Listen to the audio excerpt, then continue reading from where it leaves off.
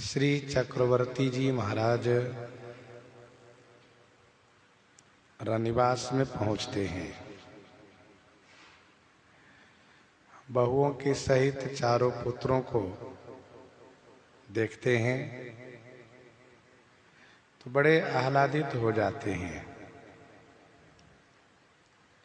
पहले महाराज अपने चारों पुत्रों को गोद में बैठा करके बहुत लाड़ प्यार करते हैं और इसके बाद अपनी चारों बहुओं को भी गोद में बैठा करके उन्हें वात्सल्य प्रदान करते हैं।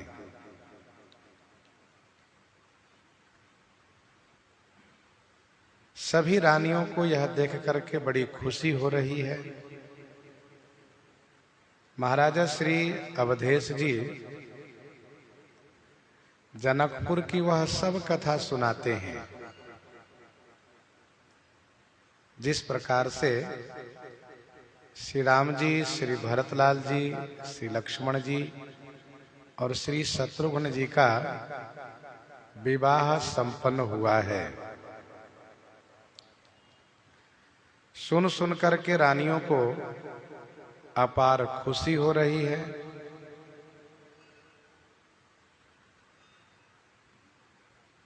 महाराजा श्री अवधेश जी श्री मिथिलेश जी के शील गुण, बड़ाई, प्रीति, रीति और सुहाई संपदा, इन सभी को भाट के जैसे वर्णन किए। जैसे भाट स्वामी का, राजा का गुणगान करता है, वैसे ही महाराज बहुत प्रसन्नता के साथ गुणगान किए। सभी रानियों को बहुत अच्छा लग रहा है। सुतन समेत नहाय नृप,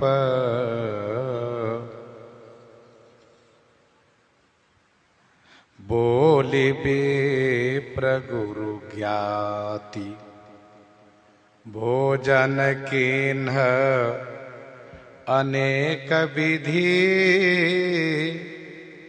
घरी पंच गए राति, घरी पंच गए राति।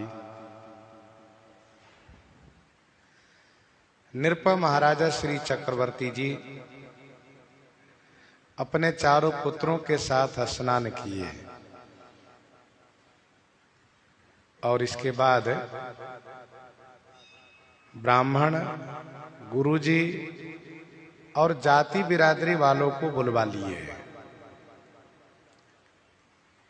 अनेक प्रकार से भोजन किए। रात्रि के समय में 5 घड़ी रात्रि बीत गई है। 5 घड़ी का मतलब हुआ 2 घंटा, क्योंकि 24 मिनट की एक घड़ी होती है, तो 5 घड़ी का मतलब है 2 घंटे की रात्रि बीत गई।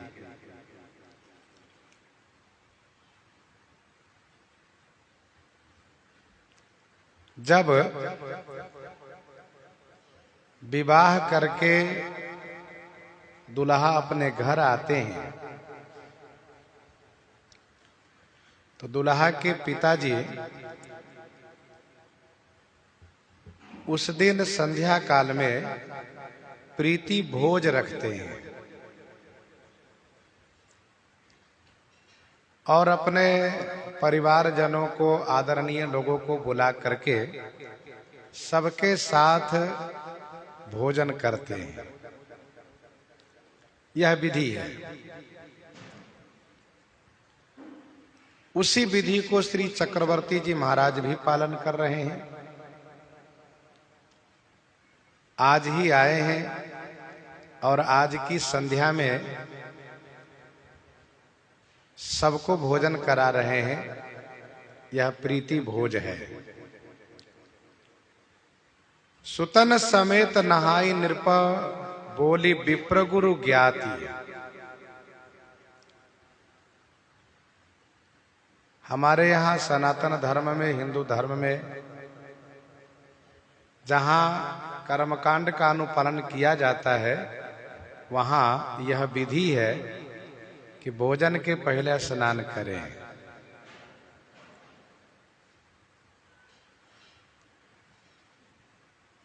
जैसे ब्राह्मणों के लिए गोस्वामी जी ने कहा कि पाए पखारी सकल अनवाए, पूजी भली विधि भूप जेवाए। वैसे महाराज भी अपने पुत्रों के सहित स्नान किए, फिर भोजन की तैयारी करने लगे, भोजन करने के लिए गए। आज भी बहुत ऐसे संत महापुरुष हैं, संध्या काल में स्नान जरूर करेंगे, रात्रि भोजन के पूर्व। अच्छा, दास तब छावनी में रहता था, श्री स्वामी मणि रामदास जी की छावनी में। अब छावनी कहने से कई छावनी का अर्थ हो जाता है, इसलिए स्पष्ट करना पड़ता है। तो छावनी के पूज्य महाराजा श्री तीनों समय स्नान करते थे। कहिए कि हम लोग कैसे देखते थे? तो देखने का कारण यह था कि महाराजा श्री का जो स्नान का निवास था, जहां नित्य स्नान करते थे त्रिकाल, वहीं पास में दास का भी निवास था। तो महाराज जी के स्नान का जो स्थान था, वहीं पास में मेरा रहना होता था। तो रात्रि में कभी काल यदि कहीं देरी हो गई, विलंब से आए, तब भी बिना नहाए बिना स्नान किए रात्रि का ब्यारू नहीं करते थे। तो ये उनका नियम था। इस बात को यहाँ चर्चा करने का मतलब ये है कि दास ने देखा है बहुत ऐसे जो सज्जन हैं, वे इस प्रकार से स्नान आदि करते हैं। तो नहीं स्नान कर पा रहे हो तो कम से कम हाथ पांव तो बढ़िया से धोना ही चाहिए। स्नान करे तो अच्छी बात है। कोई ये कहते हुए गर्मी है नहा लो, लेकिन ठंडी में, जिनका नियम है और उनके लिए ठंडी क्या, गर्मी क्या, बरसात। लेकिन हम हाथ पांव धो करके पवित्रता के साथ तो भोजन करें ही। श्रीमद् रामचरितमानस जी में अपने जीवन की सभी दिनचर्या को लेकर के शिक्षा मानस जी में मिलती है, गोस्वामी जी ने दी है। तो सुतन समेत नहाई नृपा, बोली विप्र गुरु ज्ञाति। भोजन की न अनेक विधि, अनेक विधि से भोजन हुआ है। ऐसा नहीं कि जल्दी जल्दी में हो, थोड़े ही व्यंजन बने हुए हो, सो बातें नहीं है। अनेक प्रकार से व्यंजन बने हुए हैं। चतुर्विध खटरस, ये भोजन के प्रकार है। चतुर्विधि 4 प्रकार और खटरस यानी 6 रस के। और इसी चतुर्विध और खटरस के अनेक भेद हैं। एक विधि के अनेक भेद हैं, वैसे एक रस के भी अनेक भेद हैं। तो गोस्वामी जी ने कहा कि भोजन की न अनेक विधि, घड़ी पंच गई राती। अब यहाँ 2 घड़ी सियाराम 5 घड़ी रात्रि बीत गई, इसको कहने का मतलब क्या है? तो इसका उत्तर यह है, इसको कहने का मतलब यह है कि अब आगे सोने की चर्चा की जाएगी। तो शयन की चर्चा करनी है, इसलिए रात्रि में भोजन करते समय में कितना समय बीता है, इस समय की चर्चा गोस्वामी जी ने की। जैसे ऋषय संग रघुवंश मणि करि भोजन विश्राम, ऋषय संग रघुवंश मणि करि भोजन विश्राम, बैठे प्रभु भ्राता सहित दिवस रहा भरी जाम। बैठे प्रभु भ्राता सहित दिवस रहा भरी जाम। भोजन किए, विश्राम किए, अभी एक पहर दिन बाकी है। इसको ऐसा क्यों कहा जा रहा है? तो इसका उत्तर वहीं पर दिया गया है। ऐसा इसलिए कहा जा रहा है क्योंकि नगर घूमने का समय अपने पास है और श्री लक्ष्मण जी नगर घूमने की इच्छा प्रकट करेंगे और श्री राम जी गुरु जी से आज्ञा लेकर के नगर भ्रमण करने के लिए जाएंगे। इस बात को वहां कहना है। वैसे यहाँ पर जो ये कहा जा रहा है कि घरी पंच गई राती का मतलब अब शयन की चर्चा करनी है, सोने की बात कहनी है। धर्म सिंधु ग्रंथ में लिखा है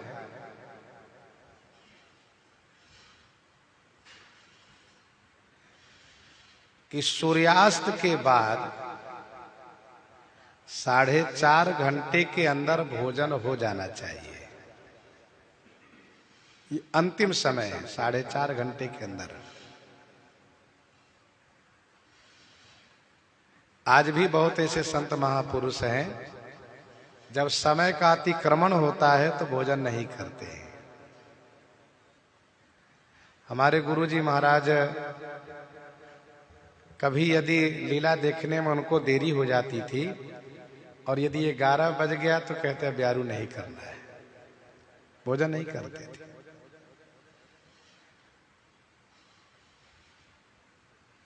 तो भोजन करने का भी एक समय निर्धारित किया गया है। वैसे भी रात्रि का भोजन जो जितना जल्दी करता है, नियम साधना करने वाले को, भजन पूजन करने वाले को प्रातः काल जगने में उतना ही आसान होता है। इसको कोई भी अनुभव कर सकता है। अब जो 11 बजे रात्रि में, 12 बजे, 10 बजे भोजन करेगा, वह 2:30-3 बजे, 4 बजे जगना चाहेगा तो उसके लिए परेशानी होगी। तो जिनको नियम पूर्वक जीवन जीना है, भजन साधना पूर्वक जीवन जीना है, तो वह इस बात को ख्याल रखते हैं कि कब हमें भोजन करना है और कब शयन करना है। कुछ लोग कहा करते हमको नींद ही नहीं जल्दी आती है। नींद क्यों नहीं आती है, इसका कारण वे स्वयं जानते हैं, फिर भी वे इस प्रकार से कहते हैं।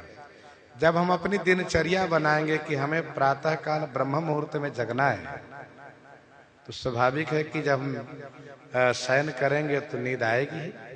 और फिर जब हम अपनी दिनचर्या में इस प्रकार से व्यस्त रहेंगे और जब हम अपने आप को नियम में बांध लेंगे, तो स्वाभाविक है कि नींद को भी समय पर आनी ही पड़ेगी, क्योंकि उनको पता है कि बाद में हमें सम्मान नहीं मिलेगा। जैसे नींद आई, निद्रा देवी आई, आराम से पैर फैला करके सो गए तो उनका सम्मान होता है। अब नींद आ रहे हैं, झूप रहे हैं, मतलब झुपनी ले रहे हैं, जबकि ले रहे हैं लेकिन सो नहीं रहे हैं, तो उनको बड़ा अपमान लगता है कि देखो सो नहीं रहा है। तो इसीलिए समय, भोजन की न अनेक विधि, घरी पंच गई राती। कुछ आश्रम आज भी ऐसे हैं कि बहुत जल्दी भोजन ब्यारू करते हैं और बहुत जल्दी प्रातःकाल जगते भी हैं। तो दिनचर्या अपनी इच्छा से अपने जीवन के लिए निर्धारित करनी चाहिए। इतना ही कहना है यहाँ पर। आगे सुनिए। मंगल गान करहि बर भामिनी, भय सुख मूल मनोहर जामिनी, भय सुख मूल मनोहर जामिनी। बर भामिनी मंगल गान करहि, सुखमूल मनोहर जामिनी भई। बर भामिनी माने श्रेष्ठ सुवासिनी, सुहागिन, मंगल गीत गा रही है। जामिनी सुख के मूल मनोहर हो गई है। जामिनी माने रात्रि सुख के मूल और मनोहर हो गई है। बर भामनी माने श्रेष्ठ सुहासिनी मंगल गान कर रही है। ध्यान दीजिएगा, ये गायन भोजन के समय का है। ससुराल में गायन में गाली जोड़ दी जाती है, लेकिन घर में केवल मंगल गान होता है, गाली नहीं। जनकपुर में गायन के साथ गाली दी जा रही थी और भोजन करने वाले को बड़ी खुशी हो रही थी। पंच कवल करी जेवन लागे और गारी गान सुनियति अनुरागे। वहां की विधि है, ससुराल में गाली होनी चाहिए, लेकिन ये श्री राम जी का घर है, महल है, यहाँ पर गाली नहीं, केवल गीत। मंगल गान करहि बर भामिनी। बर भामिनी श्रेष्ठ सुहागिन, जो जुथ जुथ मिली चली सुवासिनी, ये सुवासिन है। गोस्वामी जी कहते हैं कि यह रात्रि सुख के मूल और मनोहर हो गई है। रात्रि का दो दोष है, रात्रि की दो बुराई है, दोष और दुख। मिटा ही दोष दुख भव रजनी के।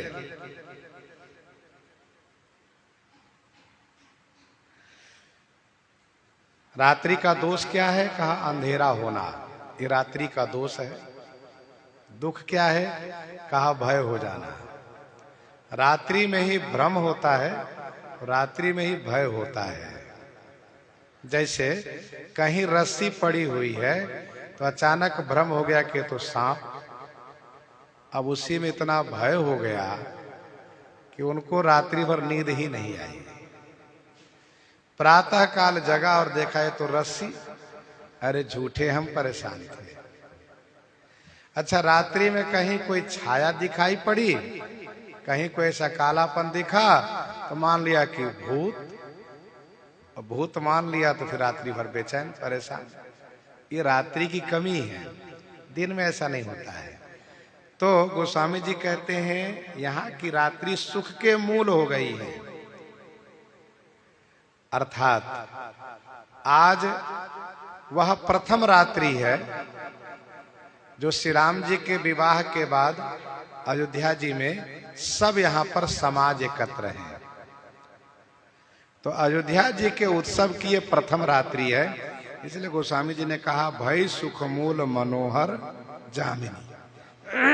मनोहर माने सुंदर है, सबको बड़ा अच्छा लग रहा है।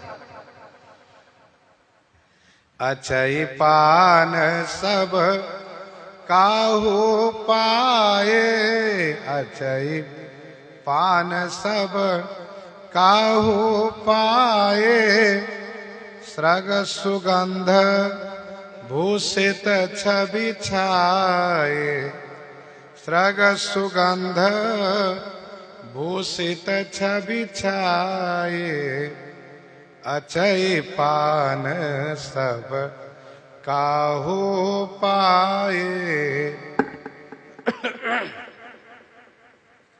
अचई माने आचमन। भोजन के बाद आचमन कराया जाता है। कुल्ली करना, मुंह धोना, हाथ धोना, इसको अचई कहा जाता है, आचमन। नियम भजन का आचमन अलग तरीके से होता है, भोजनोपरांत जो आचमन है ये इसी प्रकार से है। बढ़िया से कुल्ली करिए, मुंह धोइए, हाथ धोइए। तो अचई पान, पहले आचमन हुआ। यही विधि सबही भोजन किन्हा, आदर सहित आचमन दिन्हा। अब इसके बाद पान। अच्छा, भोजन के बाद पान, पान बहुत प्रिय लगता है।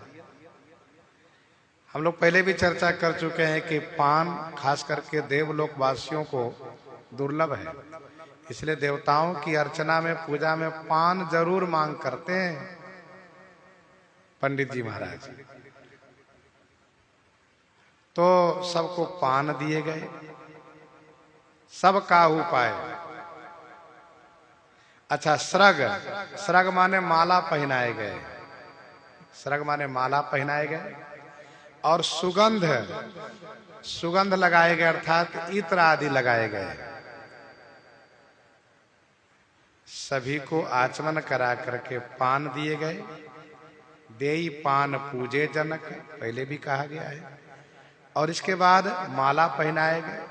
श्रग माने माला, सुंदर सुंदर सुगंधित फूलों की माला, जिसमें बहुत सुंदर खुशबूदार, यदि फूल की माला है तो उसमें जूही पुष्प की माला। वैसे जूही पुष्प की माला बहुत कम मिलती है। और उसके बाद फिर बेला है, बेली है, चमेली है, गुलाब है, चांदनी है, गेंदा है, तमाम फूल है। तो सुंदर माला, गोस्वामी जी कहते हैं भूषित छवि छाए, अर्थात माला इत्र से भूषित होने से छवि छाए, सभी में छवि छा गए, सब बड़े सुंदर लगने लगे। सुंदर सुंदर नए कपड़े पहने हैं, सब भोजन किए। इसके बाद सबको पान दिया गया, सुंदर माला पहनाया गया, इत्र लगाया गया। अब बताइए कितने सुंदर सब लग रहे हैं। रात्रि का समय है। गोस्वामी जी महाराज यहाँ पर कहना ये चाहते हैं कि रात्रि में शयन काल को भी ध्यान रखना चाहिए। यदि शयन काल को ध्यान रखेंगे तभी जगने वाला काल सुंदर तरीके से अनुपालित होगा। जब शयन का काल सही नहीं होगा तो जगने का काल भी सही नहीं रहेगा। इसीलिए गोस्वामी जी कहते हैं भोजन के बाद तुरंत सब लोग जा रहे हैं। अब क्यों जा रहे हैं? अरे भाई विश्राम करना है, सोना है। हाँ, अब ऐसा नहीं भोजन हो गया तो बैठ के शुरू हो जाए प्रपंच, सो नहीं। हाँ, कथा सत्संग हो तो अच्छी बात है। राम ही देखी रजाय सुपाई, निज निज भवन चले सिरनाई, निज निज भवन चले सिरनाई। राम ही देखी रजाय सुपाई, राम ही देखी रजाय सुपाई, निज निज भवन चले सिरनाई। राम ही श्री राम जी को देख करके रजाए सुपाई, राज आज्ञा प्राप्त करके सिरनाई निज निज भवन चले। सिरनाई सिर नवा करके अपने अपने भवन की ओर चल दिए, प्रस्थान किए।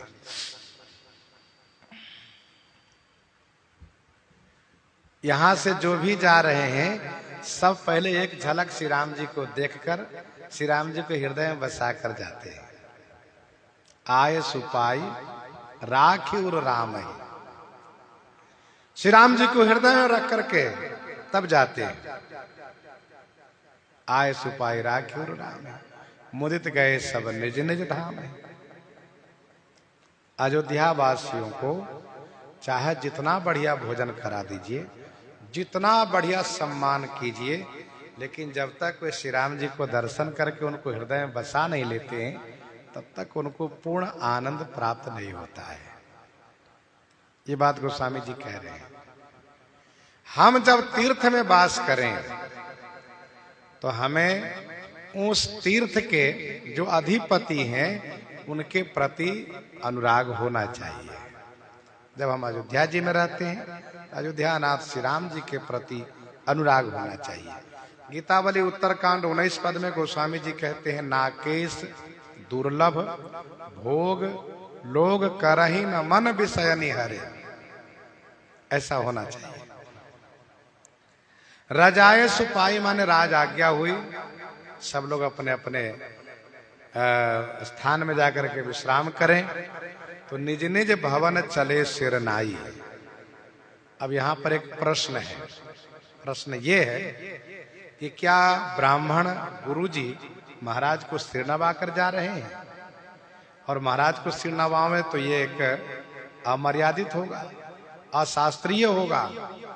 तो इसका समाधान ये है कि किसी भी पद्य, श्लोक व चौपाई के अर्थ लगाने में उसके पूर्व और उत्तर पक्ष पर भी ध्यान रखना चाहिए।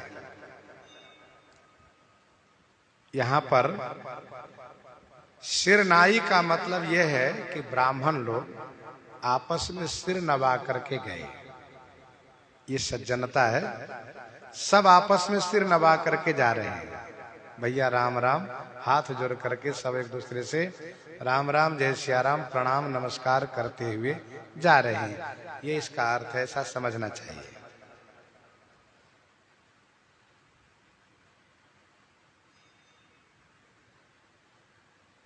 जैसे हृदय सराहत सीय लोनाई, हृदय सराहत सीय लोनाई, गुरु समीप गवने दो भाई।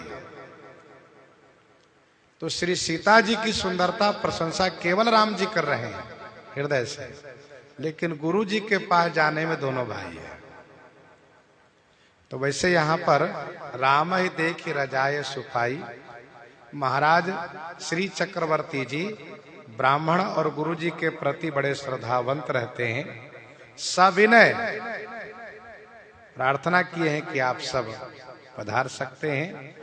तो सब आपस में एक दूसरे को प्रणाम करते हुए सिर नवा करके जा रहे हैं। यही अर्थ लगाने में प्रसंगोचित अर्थ होगा। प्रेम प्रमोद विनोद बड़ाई, समऊ समाज मनोहरताई। प्रेम प्रमोद विनोद बड़ाई, समऊ समाज मनोहरताई। प्रेम प्रमोद विनोद बड़ाई, समऊ समाज मनोहरताई। उस समय का जो प्रेम है, प्रमोद माने प्रकर्षेण, मोद माने आनंद है।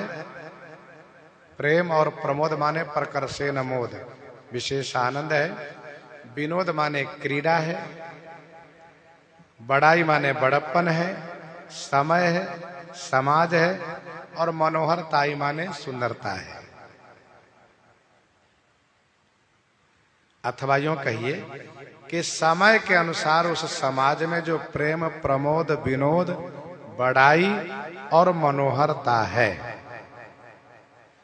कही न सकहीं सत सारद शेषु,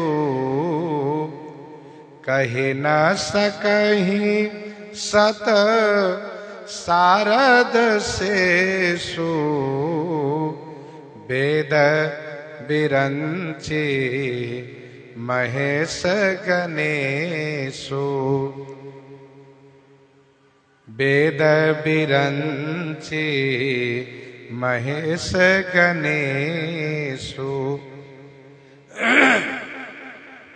सत माने सैकड़ों की संख्या में शारद श्री सरस्वती जी, शेष जी, वेद भगवान, विरंची ब्रह्मा जी, महेश भोलेनाथ और श्री गणेश जी।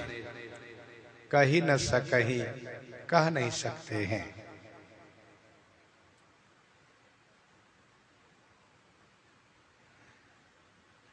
कहीं न सकहीं सत शारद शेषु। ध्यान दीजिएगा, कहने में पहले श्री शारदा का नाम आता है, कहने में पहले श्री सरस्वती जी का नाम आता है।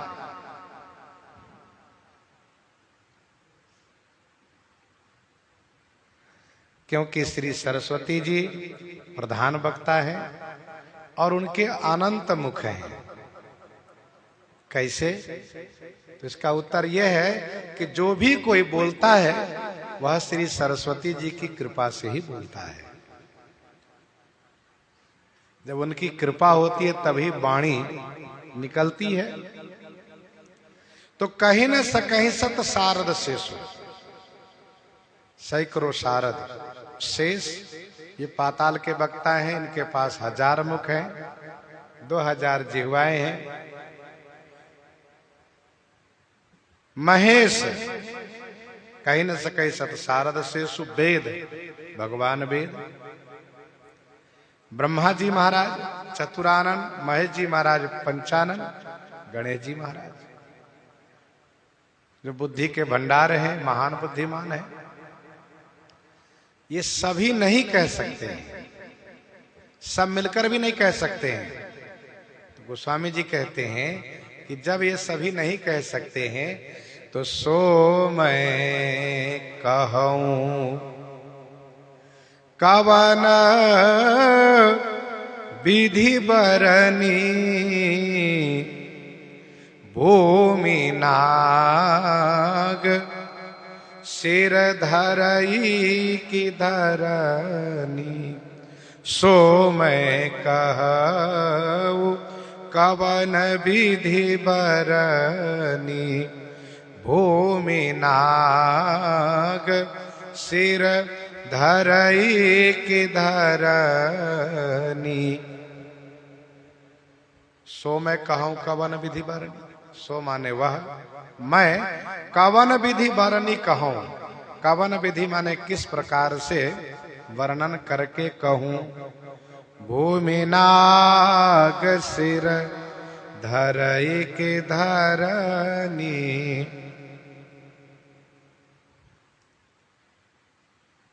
भूमि नाग सिर धरई की धरनी।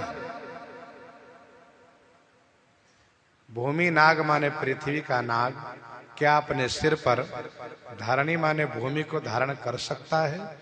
अर्थात नहीं। ध्यान दीजिएगा, ऊपर की चौपाई में 7 गिने गए हैं। प्रेम, प्रमोद, विनोद, बड़ाई, समय, समाज और मनोहरताई, ये 7 गिने गए हैं। इस चौपाई में कहा जा रहा है कि ये 7 जो है पृथ्वी के समान है। ये 7 पृथ्वी बताए।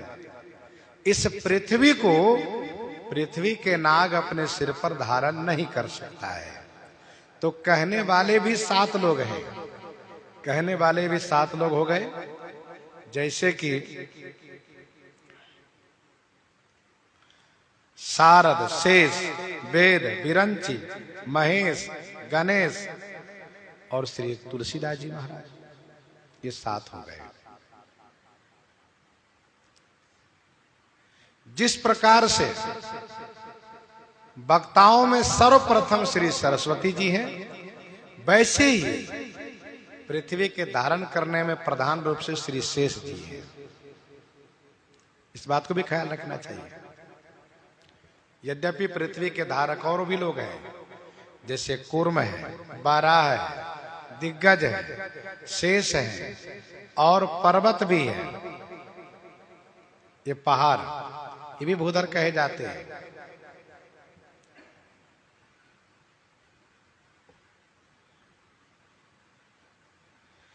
गोस्वामी जी कहते हैं, सो मैं कहूं कवन विधि बरनी।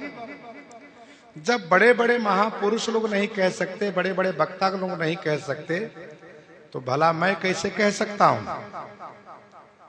गोस्वामी जी महाराज अपनी दैन्यता प्रस्तुत कर रहे हैं कि मैं पृथ्वी के नाग हूं, बाकी लोग दिव्य लोक के नाग हैं। दिव्य लोक के नाग भी पृथ्वी को धारण नहीं कर सकते, तो भला हम भूमि के नाग कैसे धारण कर सकते हैं। यहां पर रूपक है, ना कोई वास्तव में पृथ्वी है, ना कोई धारण करना है, पर एक रूपक है जिसको समझने में विशेष आनंद प्राप्त होता है। भूमि नाग का एक अर्थ और भी होता है। वो क्या है? जिसको केंचुआ कहते हैं। भूमि नाग माने केंचुआ। वो भी सर्प की तरह ही डगरता है, चलता है, लेकिन केंचुए के पास सिर नहीं होता है, सर्प के पास सिर होता है। इसीलिए भूमि नाग से पृथ्वी के नाग का अर्थ किया गया है, जो सर्प है वही।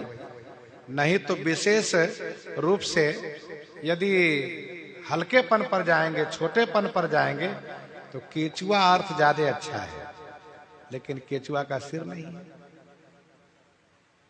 शेष जी अपने सिर पर पृथ्वी को धारण किए हुए हैं। जो साहस सी साही समहि धरु, स्पष्ट गोस्वामी जी ने कहा। ब्रह्मांड भुवन विराज जाके एक सिर जी में रज कर। तो मैं कैसे कहूं? निरप सब भांति सब ही सनमानी, कही मृदु बचन बोलाई रानी। निरप सब भांति सब ही सनमानी, निरप सब भांति सब ही सन्मानी, कही मृदु बचन बोलाई रानी। निरप महाराजा श्री अवधेश जी सब ही सब भांति सन्मानी, सभी को सब प्रकार से सम्मान किए। और इसके बाद कही मृदु बचन बोलाई रानी। मृदु माने कोमल वचन कह करके रानी को बुला लिए।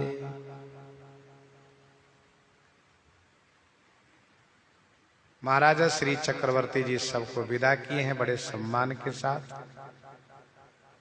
उस चौपाई से प्रसंग को जोड़ लीजिए। राम ही देखी रजाए सुपाई, निज निज भवन चले सिरनाई। सब प्रस्थान किए हैं। गोस्वामी जी कहते हैं सबके जाने के बाद महाराज अपने पास रानी को बुलाते हैं। तब बिल्कुल पास में न तो पुत्र है न पुत्र बहू है, रानी को बुला रहे हैं महाराज। और रानी से कुछ कहना चाह रहे हैं महाराज।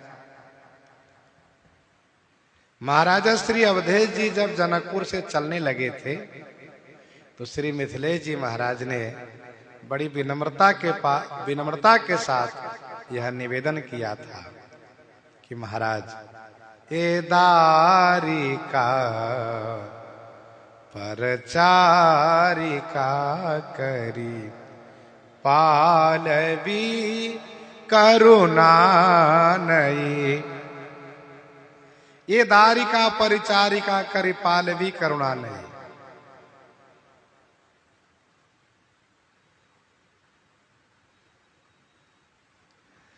तो महाराजा श्री अवधेश जी को श्री मिथिलेश जी की बात हृदय में बैठी हुई है। हमारे समधी जी किस प्रकार से भावुक होकर कह रहे थे कि समधी जी ये हमारी बेटी आज से आपकी बेटी हुई, इनको बहू ही नहीं अपितु बेटी मान करके इन पर विशेष ख्याल रखिएगा।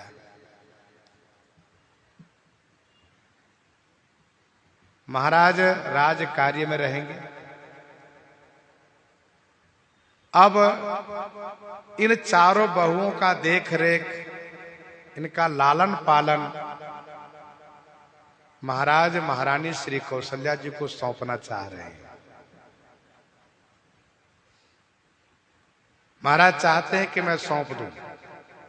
यद्यपि महारानी श्री कौशल्या जी स्वयं सयानी है, फिर भी महाराज जब तक कहने लेंगे तब तक इनका मन हल्का नहीं होगा और तब तक निश्चिंत नहीं होंगे।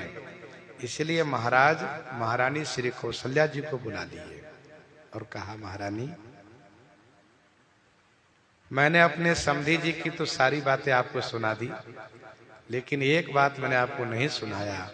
समधी जी ने जो मुझसे कहा था इन चारों बालिकाओं को नित्य नए स्नेह के साथ पालन कीजिएगा, तो हम तो बाहर रहने वाले, राजकार्य में रहने वाले, अब ये जिम्मेदारी मैं आपको सौंपता हूं। इनको किस प्रकार से स्नेह देना है, कैसे रखना है, ये जिम्मेदारी मैं आपको दे रहा हूं। और महारानी, आप इन बहुओं को ख्याल रखेंगे तो मुझे बड़ी खुशी होगी। महारानी श्री कौशल्या जी ने कहा, महाराज आप निश्चिंत रहें, आप जैसा चाहते हैं उसी प्रकार से मैं इनके देख रेख रखूंगी। तो महाराज ने कहा कि मैं जैसा चाहता हूं वैसे देख रेख रखेंगे ना आप? कहा, तो सुन लीजिए मैं कैसा चाहता हूं। बधुलरी कनी पर घर आई, बधुलरी कनी पर घर आई, राखे हूँ नयन पलक की नाई, राखे हूँ नयन पलक की नाई। ये जो हमारी चारों बहुएं हैं ना महारानी, लड़िकनी, ये अभी बच्ची है, लड़िका है, और परघर आई, दूसरे घर में आई है। इनको बड़ा संकोच रहेगा। स्वाभाविक है, कन्या जब ससुराल जाती है और वो भी जब प्रथम दिन पहुंचती हैं, तो प्रथम दिन उनके लिए बड़ा संकोच परक होता है। किन से बात करें, क्या कहें, कोई भी बातें कहने में उनको बड़ा अटपटा लगता है, बड़ा संकोच होता है। इसलिए उनको उनकी सास, उनकी ननद विशेष ख्याल रखती है। आज भी ये परंपरा है, परिपाटी है। महाराज कहते हैं कि ये मेरी बहुएं लड़िकनी है, लड़की हैं, बच्ची हैं, पर घर आई, दूसरे घर में आई है। अब आप इनको नयन पलक की नाई राखे, नेत्र और पलक की भांति इनकी रक्षा करिएगा। जैसे नेत्र की रक्षा पलक करता है, उसी प्रकार से आप इनकी रक्षा कीजिएगा।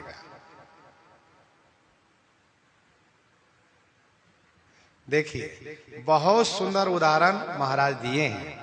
महाराज ने कहा हम जैसा चाहते वैसे होना चाहिए। उदाहरण क्या दिए? नेत्र और पलक।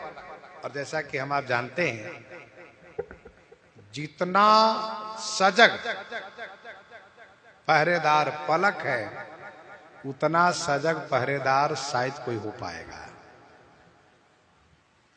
पलक को कहना नहीं पड़ता है कि सामने से कुछ ऐसे तत्व आ रहे हैं, जैसे कि धूली आदि आ रही है, कचरे आ रहे हैं, तो पलक कहना नहीं पड़ता, पलक तुरंत नेत्र को ढकता है और बार बार ढकता है। सबसे बड़ी विशेषता पलक की यह है कि नेत्र जब सो जाता है तो पलक ऊपर से उसको ढक देता है। क्या पलक भी सो जाता है? कहा नहीं। भाई, प्रहरी को, पहरेदार को पलक से शिक्षा लेनी चाहिए। वो सोता नहीं है पलक। गाढ़ नींद में सोने वाले व्यक्ति को, बहुत गहरी नींद में सो रहा हो, तो उसको हाथ इधर से उधर कर दीजिए, उसको भले न पता चले। उसके पैर इधर से उधर कर दीजिए, भले न पता चले। और गहरी नींद में हो तो उसको उठा के यहां से वहां रख दीजिए, तब भी उसको पता न चले। लेकिन सोए हुए व्यक्ति को आप पलक पकड़ के ऊपर उठा दीजिए, देखिएगा तुरंत फिर ढक लेगा। वो ऊपर नहीं रहेगा। पलक को ऊपर उठा दीजिए, फिर से ढक लेता है, ये विशेषता है। इसलिए महाराज कहते हैं कि राखेउ नयन पलक की नाई। जैसे नेत्र को पलक रखता है वैसे आप इसको रखिएगा। बस इतना ही आदेश पर्याप्त हो गया। और गोस्वामी जी यह उदाहरण इसलिए दिए कि यह उदाहरण सबको समझ में आ जाएगा। और उदाहरण देते तो शायद सबको समझ में आता, लेकिन यह उदाहरण तो सबको समझ में आएगा, क्योंकि सभी के नेत्र है, सभी के पलक है। और महारानी श्री कौशल्या जी ने इस आज्ञा को, आदेश को अक्षरशः पालन किया है। अयोध्या कांड में सुनिएगा, महारानी कहती हैं, नयन पुतरी करी प्रीति बढ़ाई, नयन पुतरी करी प्रीति बढ़ाई, नयन पुतरी करी प्रीति बढ़ाई, राखे प्राण जानकी नाई। जैसे नेत्र और पलक, जैसे नेत्र के प्रति पलक का प्रेम है, वैसा मेरा प्रेम था और मैं इनको प्राण से लगा करके रखी। कलप बेली जी में बहु विधि लाली, सिंची सने सलिल प्रतिपाली। माता श्री कौशल्या जी कितना भाव से श्री किशोरी जी को पालन की हैं। आप अयोध्या कांड में सुनिएगा, प्रसंग आने वाला है। माता कहती हैं कि मैंने इनको कभी भूमि पर चलने नहीं दिया। पलंग पीठ तजी गोद हिंडोरा, सियन दीन पग अवनी कठोरा। अब इसको थोड़ी इस दृष्टि से विचार करें, थोड़ा इस प्रकार से सोचें कि भक्ति महारानी की कोमलता कितनी पराकाष्ठा पर है। यूं ही भक्ति भगवान को प्रिय नहीं है, भक्ति की कोमलता पर विचार कीजिए। और भक्ति के प्रति जितनी जिनकी श्रेष्ठतम भावना होगी, भगवान का वह उतना ही अधिक प्रिय होगा।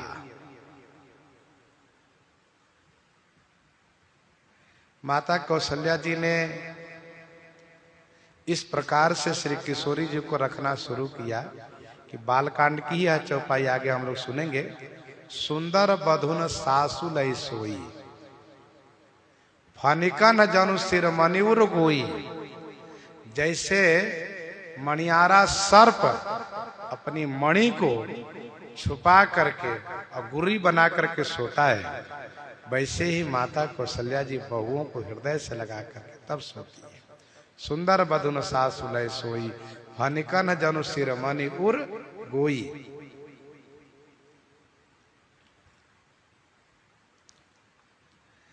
लरिका श्रमित नींद बस, शयन करावहु जाई।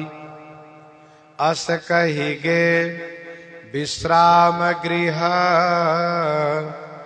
राम चरण चित लाई। राम चरण चित लाई। फिर महाराज ने कहा, महारानी लरिका श्रमित, हमारे लरिका श्रमित हैं। हमारे लरिका ये चारों पुत्र, चारों बालक श्रमित हैं, थके हुए हैं। उनीद बस, नींद के बस में है। महाराज देख रहे थे भोजन काल में चारों भाई आलस युक्त हो रहे थे, अलसा रहे थे। अब आलस युक्त का मतलब जब भाई आना, ये आलस का प्रतीक होता है। और नेत्रों से पता चलता है कि हाँ आप सोना चाहते हैं। तो लरिका श्रमित उनीद बस। महाराज ने कहा, महारानी हमारे लड़िका रास्ते में ठीक से सो नहीं पाए हैं, यात्रा में ठीक से सो नहीं पाए हैं, थके हुए हैं। अब आप कहिए कि पैदल चल के आए हैं जो थके हुए हैं। ध्यान दीजिएगा, कोई जरूरी नहीं कि पैदल चलने वाला ही थकता है, गाड़ी में चलने वाला भी थकता है। आप भी अनुभव कर सकते हैं। तो लरिका श्रमित उनीद बस शयन करावहु जाई, जा करके शयन करा देना। महाराज कहते शयन करा दीजिएगा। महाराज सोचते कहीं ऐसा ना हो कि हम इनको ना बतावें तो शयन न करावे, फिर हमको रात्रि में परेशानी होगी, ठीक से नींद नहीं आएगी, पता नहीं हमारी लड़का सोए कि नहीं सोए। ये वात्सल्य की अधिकता है।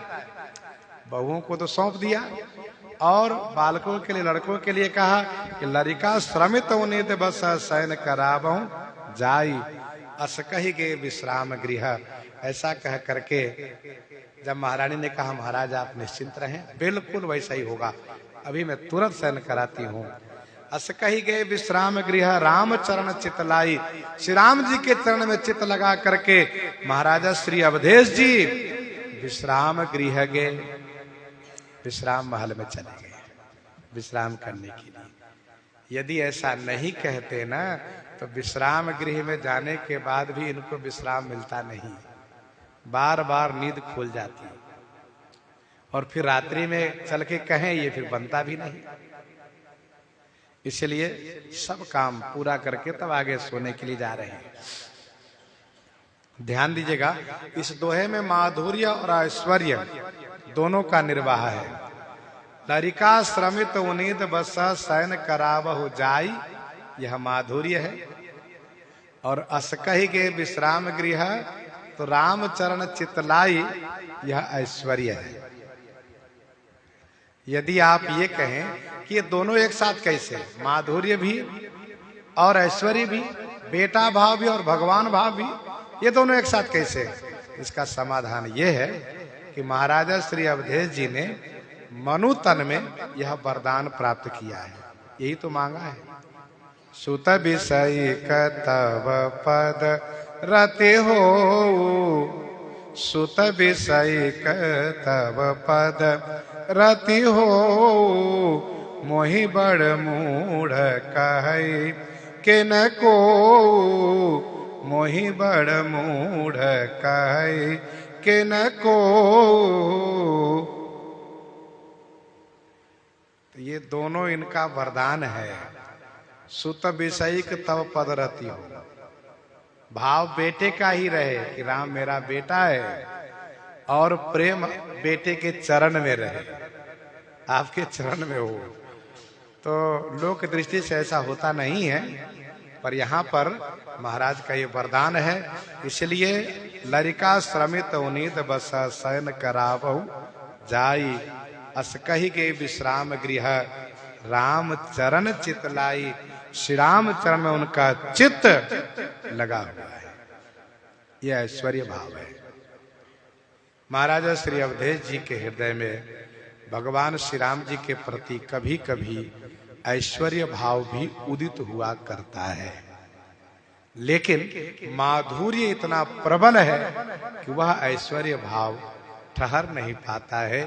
ठीक उसी प्रकार से जैसे बादल छाया हो, अंधेरी रात हो और घोर बादल छाया हो, इतना बादल छाया हो कि सूझना अपन हाथ पसारा, ऐसा बादल छाया हो, और अचानक बिजली चमकती हो तो सब दिखाई देता है, लेकिन बिजली चमकने के बाद फिर बिजली वो गायब भी हो जाती है। उसी प्रकार से महाराजा श्री अवधेश जी के हृदय में वात्सल्य माधुर्य घने बादल की तरह आच्छादित है, उसी में कभी कभी ऐश्वर्य की बिजली दमक जाती है। भूप बचन सुनि सहज सुहाए, भूप बचन सुनि सहज सुहाए, जड़ित कनक मणि पलंग डसाए, जड़ित कनक मणि पलंग डसाए। भूप बचन सुनि सहज सुहाए। महारानी श्री कौशल्या जी पटरानी है, बड़ी रानी है, और बड़ी रानी होने के नाते बड़ा गुण भी इनमें है। श्री राम जी की माता हैं, पति के प्रति अपार श्रद्धा है। पति के वचन को तुरंत महारानी श्री कौशल्या जी ने क्रियान्वित करना शुरू कर दिया। पति देव का आदेश है, वह तुरंत क्रियान्वित होना चाहिए, बाकी काम बाद में। भूप वचन सुनि सहज सुहाए, भूप के वचन सुन करके जो सहज सुहाए है, स्वाभाविक सुंदर है। जड़ित कनक मणि पलंग डसाए, मणि जड़ित कनक माने स्वर्ण के पलंग डसाए, डसाए माने बिछाए। ध्यान दीजिएगा, सुहाए डसाए ये बहुवचन शब्द है। जब एक वचन का प्रयोग करना होता है तो गोस्वामी जी कहते हैं सुहावा, सिंहासन यति दिव्य सुहावा। लेकिन ये बहुवचन है। जैसे कहूं कहूं सुंदर बिटप सुहाए, जनुभट बिलग बिलग होई छाए, वर्षा काल मेघ नव छाए, गरजत लागत परम सुहाए। ये बहुवचन में प्रयोग किया जाता है। एक बार चुनी कुसुम सुहाए, बहुवचन परक। एक वचन परक सुहावा होता है। जैसे प्राची दिशि शशि हुए सुहावा, देखूं तात बसंत सुहावा। सुहावा एक वचन है, सुहाए बहुवचन है। ध्यान दीजिएगा, बहुवचन कहने का मतलब यह है कि चार पलंग डसाए गए हैं, चार पलंग। भूप बचन सुनि साज सुहाए, जड़ित कनक मणि पलंग डसाए। अब पलंग में डसाए शब्द का प्रयोग किया जा रहा है, तो डसाए माने क्या बिछाए। तो आगे की चौपाई पढ़िए।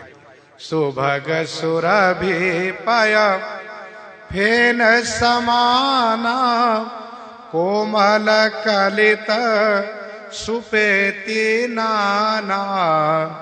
सुभग सुरभि पय फेन समाना, सुभग सुरभि पय फेन समाना। सुभग माने सुंदर, सुभग माने सुंदर, और सुभग माने ऐश्वर्य से युक्त भी। ये भी ध्यान रखिएगा, सुभग माने सुंदर और सुभग माने ऐश्वर्य युक्त भी। भग शब्द का अर्थ ऐश्वर्य होता है। सुरभि माने गौ, गौ के पय माने दूध के फेन के समान, बिल्कुल हल्का कोमल। गोस्वामी जी कहते हैं कोमल। कलित माने सुंदर, सुपेति माने चादर, नाना माने अनेक। अनेक चादर हैं जो बड़े ही सुंदर गौ के दूध के फेन के समान हैं, जो कोमल हैं और कलित माने सुंदर हैं। भगवान श्री राम जी के जो सेज है, उस सेज की चर्चा गोस्वामी जी कर रहे हैं। मणिमय सोने का पलंग है, जिस पर बढ़िया कोमल गद्दा बिछा हुआ है, तोशक, और दूध के फेन के समान कोमल सुंदर अनेक चादर हैं।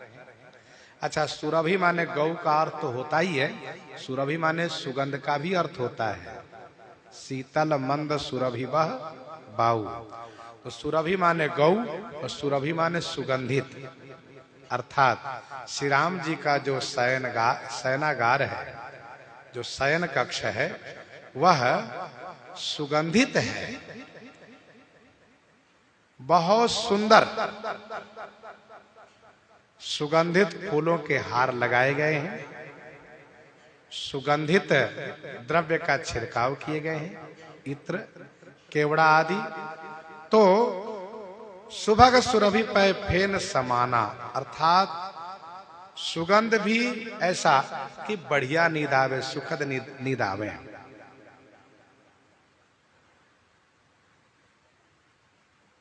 कोमल कलित सुपेति नाना, सुपेति माने चादर। और फिर क्या है, कहा उपबरहन बरबरनी न जाही, स्रग सुगंध मणि मंदिर माही। उपबरहन बरबरनी न जाही, उपबरहन बर, बर माने श्रेष्ठ, उपबरहन माने तकिया, श्रेष्ठ सुंदर कोमल तकिया है। गोस्वामी जी कहते हैं आहा, बरनी न जाही, वर्णन नहीं किया जा सकता। स्रग सुगंध मणि मंदिर माही, ये मंदिर मणि मंदिर है, मणि मंदिर है, मणि में महल है, कनक महल, कनक भवन है। अच्छा, स्रग सुगंध, स्रग माने माला, भगवान श्री राम जी के शयनागार में सुंदर माला टांगे गए हैं, सुंदर सुंदर खुशबूदार पुष्पों के, और सुगंधित द्रव्य छीटे गए हैं, इत्रादि, केवड़ा है, गुलाब है, जूही है, चंपा है, चमेली है, बेला है, ये सब सुंदर सुगंधित फूलों से इस महल को सुंदर सुगंधित किए गए हैं। रतन दीप सुठी चारु चंदोबा, कहत न बनई जान जेहि जोबा, कहत न बनई जान जेहि जोबा। रतन दीप सुठी चारु चंदोबा, कहत न बनई जान जेहि जोबा। रतन दीप, रत्न के दीप है। सुठी माने अतिशय, चारु माने सुंदर, चंदोबा, चंदोबा माने चांदनी लगाई गई है पलंग के ऊपर। गोस्वामी जी कहते हैं कहत न बनई, हमसे तो कहते नहीं बन पा रहा है। जान जेहि जोबा, जेहि जोबा, जिन्होंने देखा है वही जानते हैं। ध्यान दीजिएगा, मणि जड़ित सोने के महल है, मणि जड़ित सोने के पलंग भी है, मणि मंदिर है, मणि स्वर्ण में पलंग है, फिर भी दीपक, कहा विशेष रत्न का दिया, ये तेल घी के दिया नहीं है, फिर कहा रत्न के दीप है। बंद कमरे में तेल घी के दिया के धुआं स्वास्थ्य के लिए अनुकूल नहीं होता है।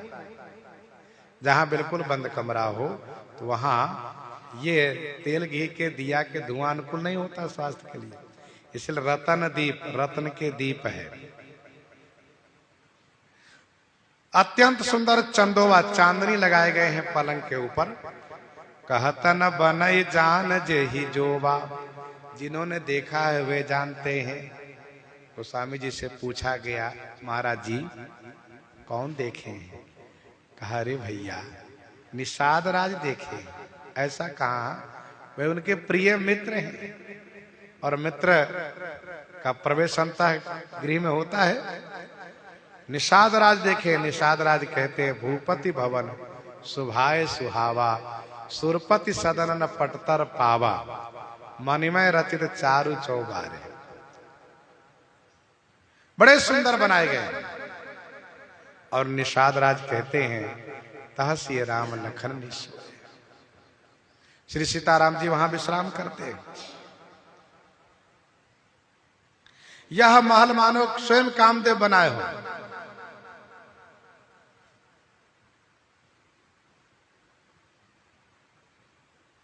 सुभग सुरभि पय फेन समाना, कोमल कलित सुपेति नाना।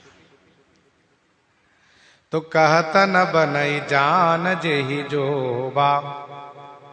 माता श्री कौशल्या जी बहुत सुंदर सेज तैयार करके, बढ़िया हाथ घुमा के देख करके, देखो इसको भाव कहते हैं। एक चेला गुरु जी के लिए सेज लगाते थे, बिस्तर लगाते थे, तो लगाने के बाद फिर उसमें लेट जाते थे। लेट करके इधर सुलट के उधर जाओ, उधर सुलट के इधर आओ। फिर इसके बाद गुरु जी से प्रार्थना करे, गुरु जी अब आप चल के विश्राम करिए। तो दूसरे चेले ने देख लिया, कहा तो बड़ा पागल चेला है, बताओ अपने लेटता है गुरु जी के बिस्तर पर, फिर गुरु जी को कहता सोने के लिए। तो गुरु जी शिकायत किया, गुरु जी आपका चेला आपके बिस्तर पर पहले सोता है, फिर आपको सोने के लिए कहता है।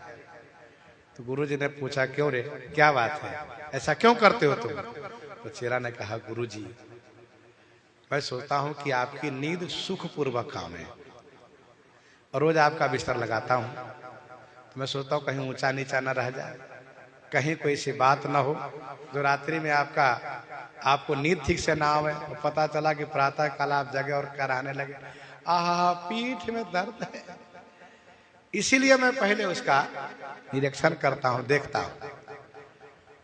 तो गुरु जी ने कहा, देखो इसका ये भाव है, ये भाव है। तो भक्ति में भाव प्रधान होता है।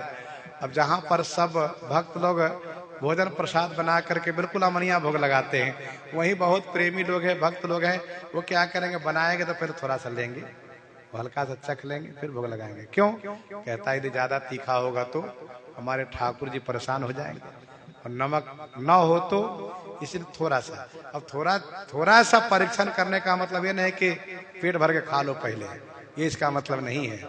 अब सेज का बिस्तर का परीक्षण का मतलब ये नहीं कि एक नींद सो लो, ये इसका मतलब नहीं है। भाव का मतलब भाव देश है, ये ध्यान रखिएगा। कुछ लोग कथा सुनकर के उसको दूसरे अर्थ में परिवर्तन कर लेते हैं, सो बातें नहीं होनी चाहिए। तो सेज रुचिर रची, गोस्वामी जी कहते हैं माता कौशल्या जी ने बढ़िया सेज तैयार किया, बढ़िया से हाथ सहला के देख लिया, और इसके बाद सेज रुचिर रचे राम उठाए, प्रेम समेत पलंग पौढ़ाए। रुचिर माने बहुत सुंदर सेज रच करके माँ ने श्री राम जी को उठाया।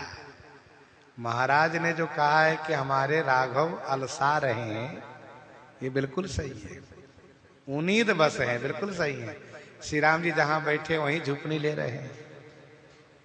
हाँ, तो बढ़िया सेज रच करके माँ कौशल्या ने उनको लाला को उठाया, श्री राम जी को उठा करके, और उस पर बड़े प्रेम के साथ माँ कौशल्या ने पौढ़ाया, लेटा दिया। प्रेम समेत पलंग पौढ़ाए। अब तीनों भाई चरण सेवा के लिए खड़े हो गए। तो श्री राम जी कहते हैं, भैया जैसे हम थके हैं वैसे आप भी थके हो, अब ऐसा करो जल्दी से सो जाओ, अब आप पैर दबाओगे फिर नींद उचट जाएगी, इसलिए जल्दी से सो जाओ। देखो सेवा धर्म में स्वामी की आज्ञा को प्रधान रूप से पालन किया जाता है। तो श्री राम जी अपने भाइयों को आज्ञा दिए, तो भैया लोग भी जाकर के अपने अपने सेज पर शयन किए। श्री राम चारों भाई सो रहे हैं। माता कौशल्या जी श्री राम जी को देख करके कुछ बातें कह रही हैं, जिनकी चर्चा हम आगे करेंगे। प्रसंग को यहीं पर हृदयांगम करते हुए आइए श्रवण करते हैं श्री भक्तमाल जी से।